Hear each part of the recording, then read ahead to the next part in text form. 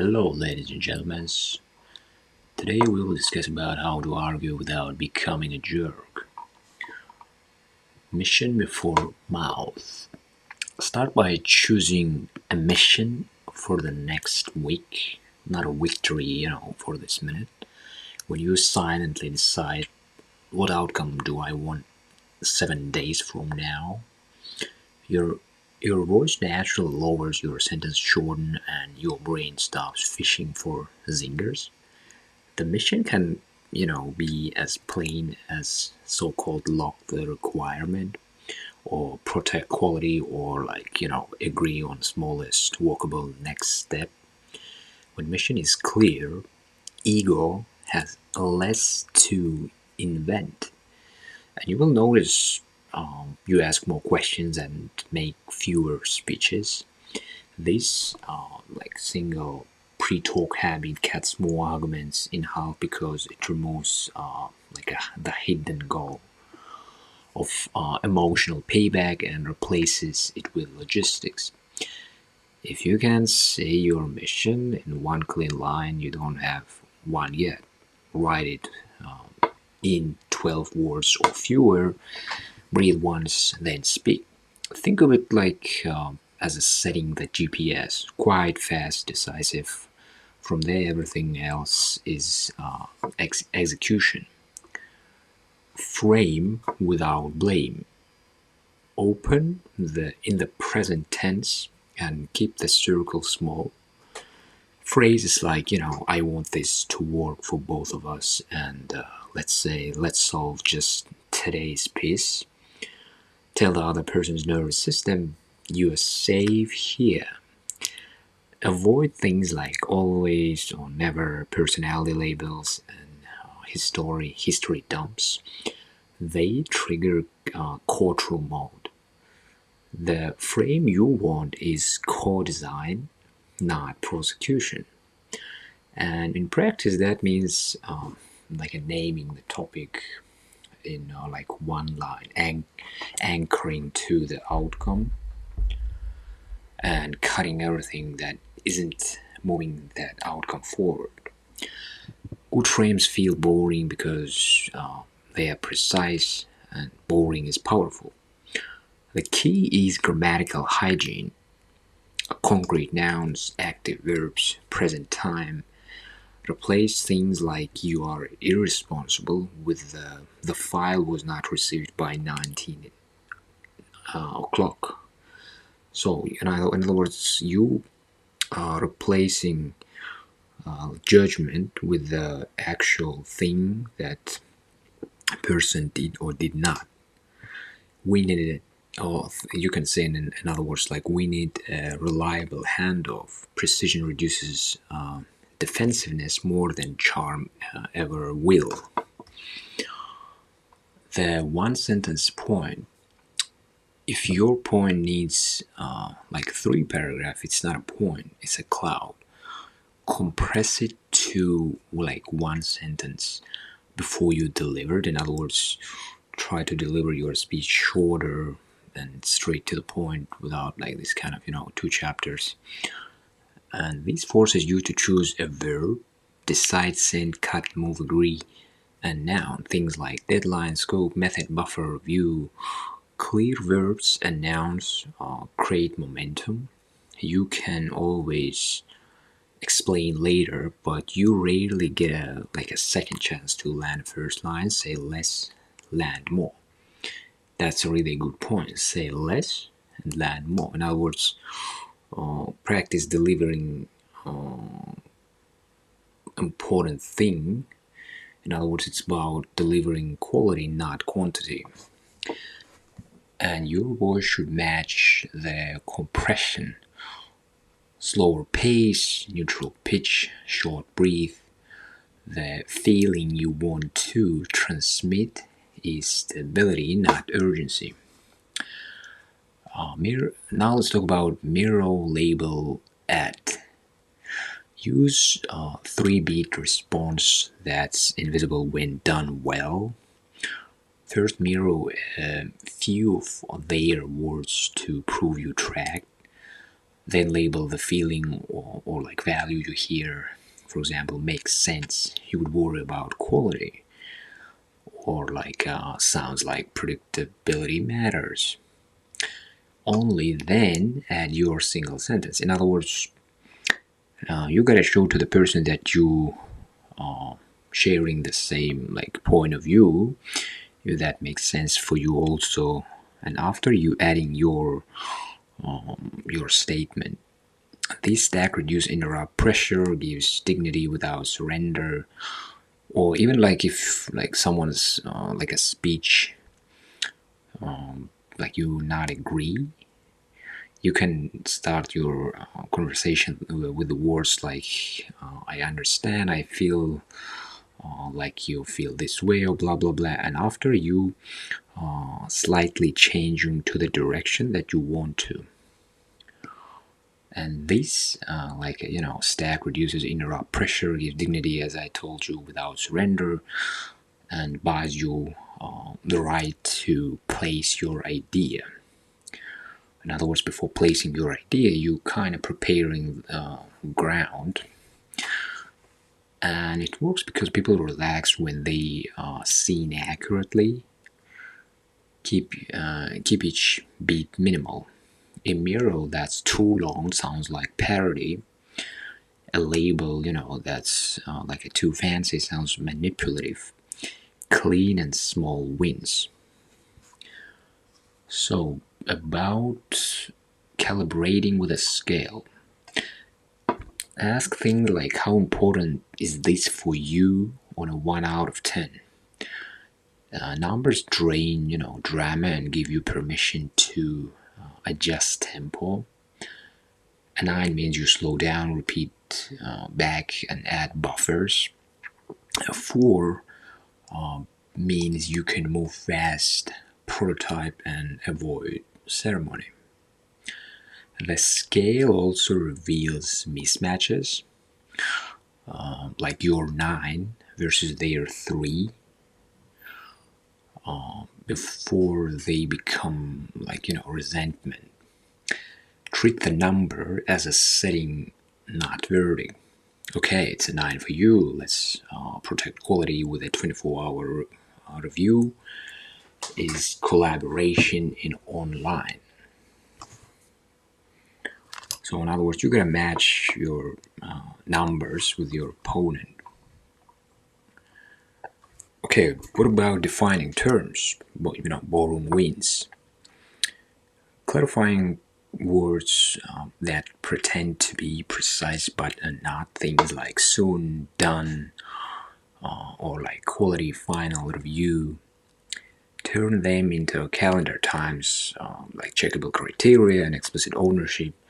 A single, sentence like when you say soon, do you mean today or Friday? Prevents a week of silent anger. And this is not pedantry, it's emotional safety disguised as a vocabulary. In other words, it's better to clarify things in advance. In other words, instead of like guessing that you think this way, another person another way, because otherwise it will bring you another problems. Keep the tone flat and friendly. Definitions given warmly feel like hell. Definitions given sharply feel like traps. So, what about the decision door trick? Sort decisions into door A, so-called reversible pilot, and door B, irreversible commitment. So in other words, simply speaking, the decisions which you can change, like a door A, and like for example, you about to do some decision, some action, and even if you fuck up, you can change it. And another door B, like serious type of decisions when you have to clarify that this kind of decision can give you like more troubles. That's why they're irreversible, right? So it's gonna be very hard or maybe not even possible to change it. So I think it's better to phrase them like one door or two door decision, and say it out, say it aloud. Most like fights deflate the instant both people realize they're arguing about a door A. Like they can try like for a week and review on a set date, like reserve door B energy for like a choice that will lock you in, or like this prevents so-called forever panic and makes action easier than avoidance. And pair door A with an explicit review moment. For example, we check Sunday and keep change or kill. The review moment is half the persuasion. Okay, and now let's talk about micro recipes and any mini agreement with like a one-line recipe. Who does what by when and how you will confirm. In other words, what, how, and how you will confirm. And this kind of like a micro, recipes are fast to say and faster to like a read back, and they stop the classic things like "I thought you meant." So in other words, it's like a playbook for any agreement to an advance focus to things like what, when, and how you will confirm. Again, in order to guarantee you from mistakes. And done well, they feel like a kindness, not a contract. If it takes longer than like a 10 seconds to speak, you adding fluff. And read like in general the recipe in a neutral weather report voice. It should sound obvious and uncontroversial. The next thing, useful, not victorious. Keep a private compass phrase behind your teeth. Useful over victories. The moment your brain reaches for the micro line, measure it against usefulness 48 hours from now. And if it doesn't help the outcome survive, it is vanity, not value. And this compass tamps down spike seeking behavior and rewards you for building rather than winning. You will still be sharp. You will just be sharp in service of something that lasts. In other words, you're thinking about something productive instead of just like blindly trying to win. Let the compass prune your adjectives and tighten your verbs. Calm words move faster, you gotta know that. So the next thing, let's talk about humor that helps. Humor lowers defenses when it's aimed at you or the situation. It raises shields when aimed at them. Self-deprecation, like my brain files later under never by default, buys permission to request structure without sounding bossy. If a joke cuts, label it and pivot. Miss the joke, back to practical. The quick pivot proves you here to solve, not perform. And sarcasm, is a napalm. It feels like clever and builds like damage, and save it for like a private monologues. And that's really true when especially if you're talking to the person who like a new for you, but you gotta deal with something. Relevant joke really can make the like the atmosphere better, and it's like removing a barrier, and after that you can ask what you wanted to ask.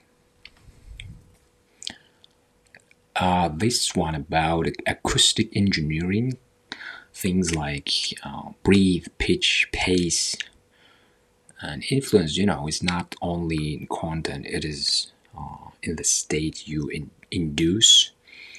Exhale longer than you inhale to hit the body's brake pedal. Lower your pitch a notch to sound stable. Shorten sentences by, I don't know, about 20% when tension rises.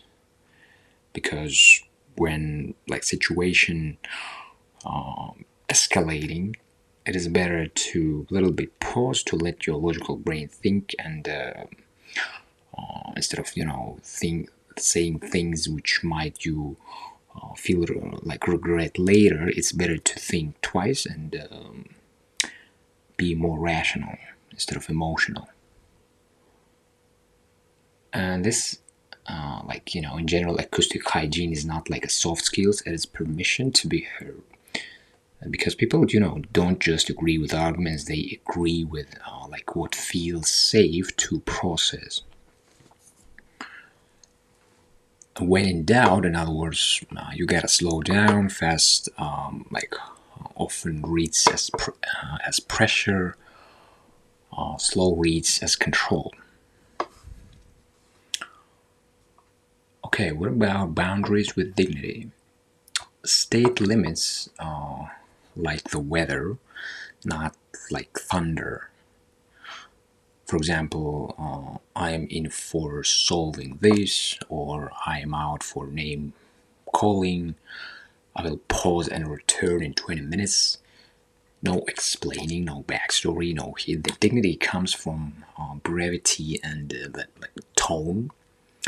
Boundaries are not punishments, they are the rules or the ring that let the badge continue without injuries. If the boundary is tested, repeat once, then execute the pause. And consistency is how boundaries become believable. So in other words, you gotta say in advance your so-called red lines. Steel man, then pivot. Say their strongest argument better than they did, and that single act converts you from opponent to collaborator in their nervous system. And once you have steel managed and you point as an adjustment, not a contradiction. All that stands where I still worry X and here's way to protect both. This method preserves face, which is hidden currency in almost every conflict. Keep the steel man short and accurate, and overperforming it can feel like parody. So about physics beating opinion. Replace things like I think argument with physics arguments, constraints, trade-offs, and consequences. For example, we can do now or 20 pages, not both with quality. Reframes the talk from like preference to reality, and people resist opinions, they negotiate with physics. This shift is pure persuasion because it lowers the stakes on identity and raises the stakes on outcomes. Speak physics gently, reality lands best without triumph. And final takeaway: arguing well is not about becoming soft. It's about becoming surgical. You cut the problem out and leave the person intact. Do that by anchoring to mission, framing without blame, compressing your point, mirroring and labeling before you add, scaling importance with numbers, defining terms using reversible pivots, add dignity, boundaries, stillman first, trade instead of defend, translate vagueness into concrete actions, repair cleanly when you sleep, and protect your energy where progress is not possible. Keep repeating, the compass useful over victories when your language, tone, and structure point to things like, usefulness, people, like a step toward you. And the argument, it turns into work getting done. That's not just, polite, that's power. And thank you for listening. If you like this topic, let me know in comments, and see you next time.